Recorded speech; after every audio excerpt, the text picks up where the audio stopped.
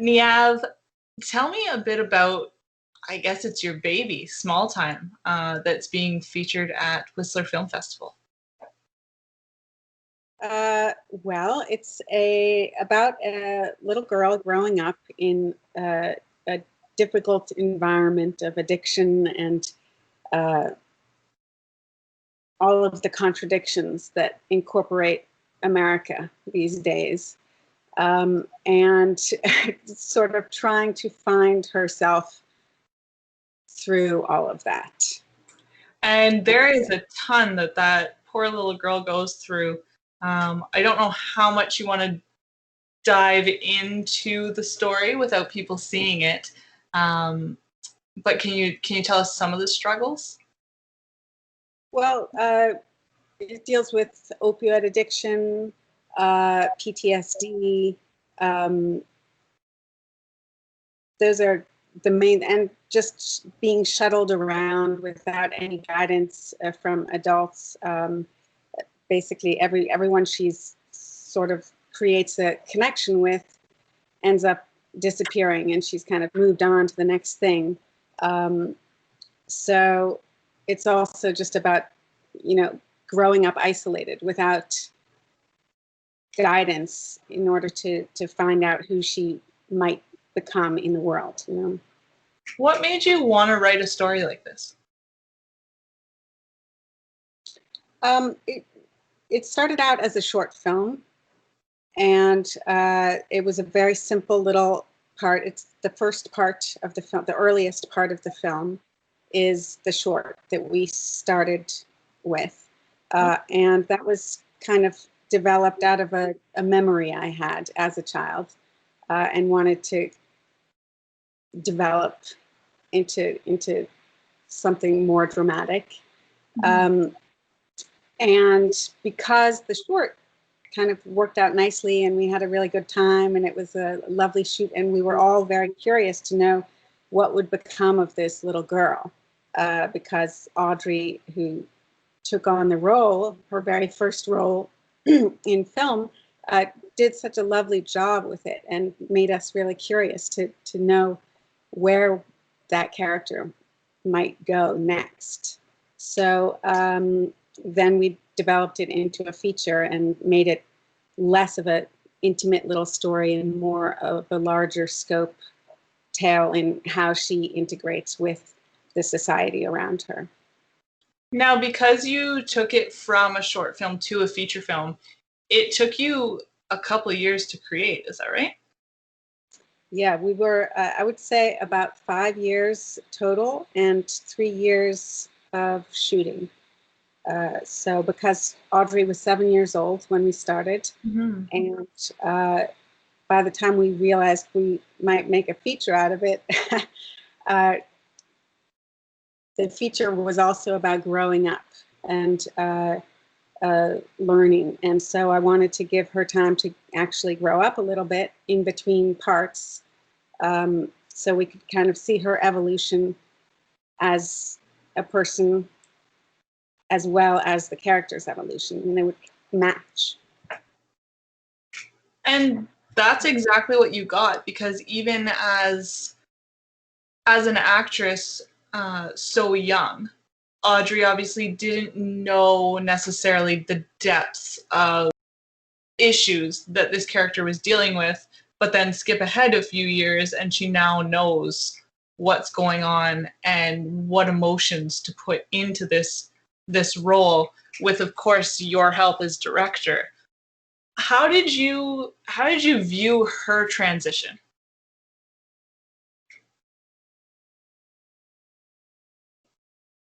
I mean,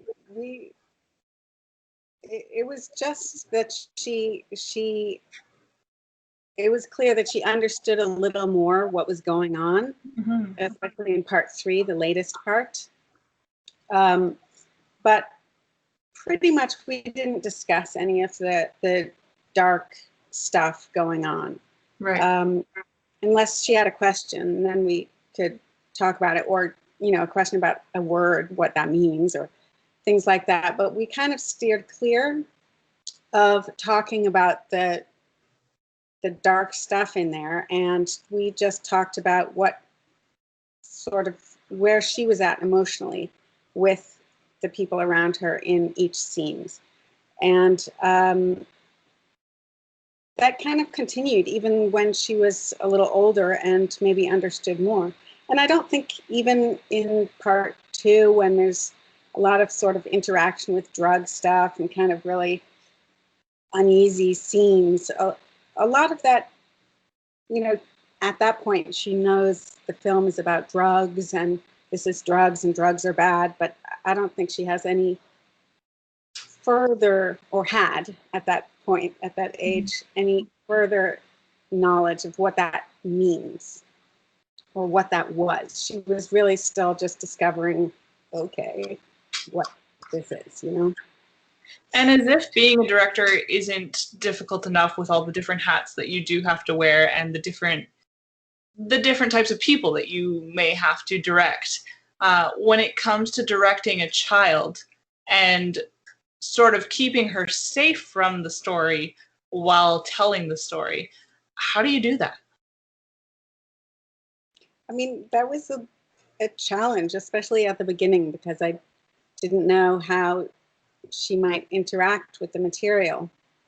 Of course, sometimes, you know, if she doesn't have to be there in a certain moment, then she doesn't have to be there, and we can cut to her looking at it, and actually she doesn't have to interact with it. But that's very few things, because for the most part she's kind of put in the action of whatever is going on. And I mean, I think not talking about it, just being like, okay, why is this that, and how does it make you feel? And okay, he's not making you feel good and you feel uncomfortable. So that's that, you know? And the rest doesn't have to, we don't have to even go there. And also, for sure, a large part of it is Audrey. She's so good-natured and enthusiastic and willing to try stuff. And she really is able to totally shake whatever she had going in a scene off the second I say cut. Right. And then she's, oh, want to do it again? You know, she's got this lovely, lovely nature. And you obviously saw that in her right away. What was it about her audition, this little girl who hadn't done anything yet? What was it about her that sort of sparked that attention for you? I think it was the fact that she hadn't had any experience, and everyone else that I was seeing had too much experience for my taste and had been kind of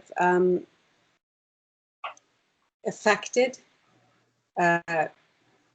or affected, we might say, by, you know, their stage experience or film experience or even acting classes, which are, I think, really talk down to kids a lot and kind of oversimplify things in a problematic way for me.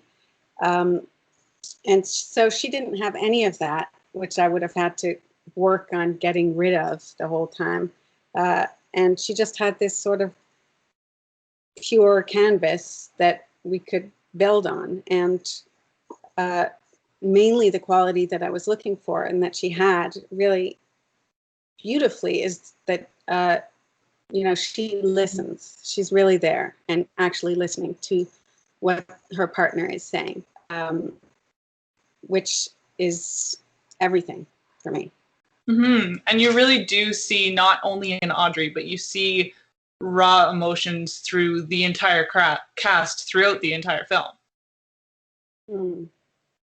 Yeah, I mean, the cast, I was really lucky. They're all so talented and brought so much passion and sort of realness to what they were doing. Now, with a film like that, when it's addressing such deep issues, does it ever frighten you to portray it correctly, and to get those crazy emotions. I mean, for me, sitting there watching it, I was on the edge of my seat and I was cringing at times, and it was like, oh, this poor girl, how is she doing this? And then you put yourself in this perspective where you're like, well, some children do actually go through this. And it strikes so many different emotions in you while you're watching that. How do you create a film that gets that across?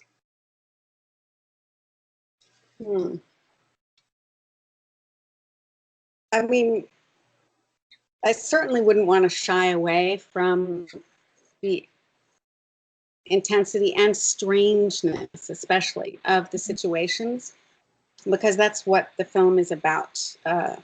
Like, for me, that it's not really about the story.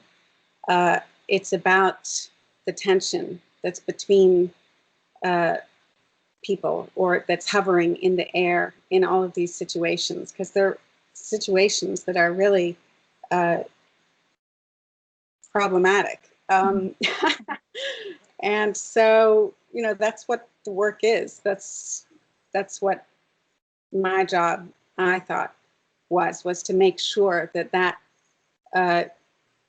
tension was there in that room, in that scene. And I guess that what I used, because it has a tendency, it can get quite dark and like stressful, was to make sure that there is humor throughout, scattered. And so that's what I tried to do. In a lot of scenes, there's quite funny moments, I think.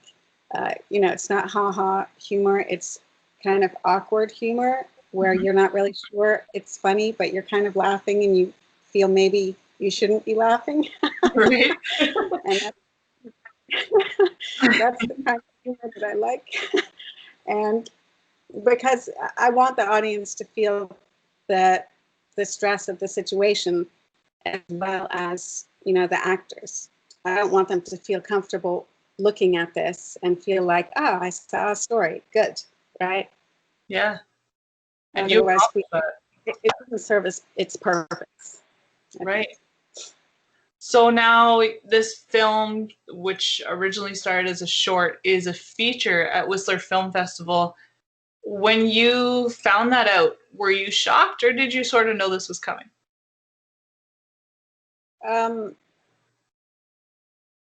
I was pleased. I don't know, shocked. We've been in a couple of festivals in the States. So it was really lovely to have a festival in Canada. And I'm just also super curious to know how a Canadian audience reacts to this film, because it is very much of a United States film. It speaks to American culture and all that is. Mm-hmm. So it's very nice to open it up and see how, the outside sees the film and interprets that in how they see this country too. And this is the month that it really does open up. It's actually online for people to see from December 19th to the 31st. Yeah, 19th to the 31st. And so how do people go about finding it? I guess you just go to the Whistler site, you type in small time. I think it's in the I don't remember what it's called. It's outside of, like, not Canadian films, or some right. collection. And you click on the link and buy a ticket and watch it. I think once you get a ticket or start watching, you have maybe 48 hours to finish watching. It's usually how it works. And then, I mean, everything is so different this year, but with the Whistler Film Festival, with any film festival, normally viewers have a chance to give you their not necessarily criticism, but their points, what they loved about the movie, what maybe they disliked about the movie, if anything. Do they still have that opportunity this year? I don't know. From what I've seen, it hasn't opened yet, so I haven't seen it. But from the same site that was at a different festival, like the same platform, I don't think there was possibility to give comments, which is a shame because I love reading the comments. It's really so interesting to see how people react to it.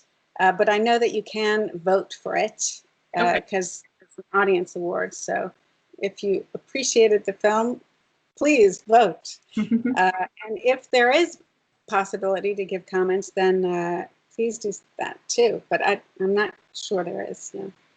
Okay. So once Whistler Film Festival is wrapped up, are you continuing a film festival circuit, or what's the next step for Small Time? So we have the Bahamas Film Festival right after Whistler, and then we'll see. Either we'll continue with a few more festivals, or we're also trying to lock in some distribution. That would be wonderful. Everything is kind of up in the air, especially with COVID times, and no one really knows what's happening. So it's all a little confusing at the moment. That's fair enough. I think absolutely everything is, right? No matter what industry you're in. Niav, what is next aside from Small Time? Do you have other projects on the go? Well, we just, because of COVID and everything sort of stopped and it became rather scary and isolating, like nothing happening whatsoever. So I just shot a quarantine film, another feature, with 4 people total, cast and crew, out here in Pennsylvania. And we got tested, we came on out, we lived together for a month, and we shot this. So it was an interesting experience, very, very low, but not a lot of bustle around. And it's called Person, Woman, Man, Camera, TV. Okay. And that's a Trump quote. And it's about an interracial couple, and we're cutting between the first day and the last day of their relationship. So 7 years between. Wow, cool. Does living with the people make it easier or harder to direct them?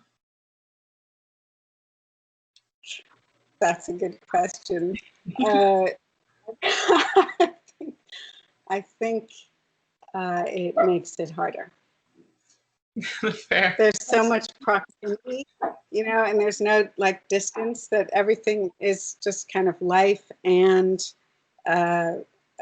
acting and directing, and it's all jumbled together. So it's hard to define the lines between, people's roles and what we're doing and people's personalities and what those are. I'm excited to see how that turns out. I have one more question that I try to ask each of my guests. It's about your socks. I think that socks tell a lot about a person, and I'd love to know what type of socks you wear. I know that you're into socks, and thus I put on a pair because I didn't really have any great ones, but here I've got like a watermelon colored, I guess. Awesome, I like it. Some pink with green. I appreciate you putting the effort. What I could. That's Socks awesome. are very important. They are, absolutely. If you have that one hole in that sock, your whole day is thrown off. Indeed. Thank you so much for your time, Niav. I really hope that the Whistler Film Festival goes well for you and all the rest that you have coming up in the future. Great. Thank you so much. And thanks for this chat. Oh, you're very welcome. Lovely to meet you. Thank you. Nice to meet you as well.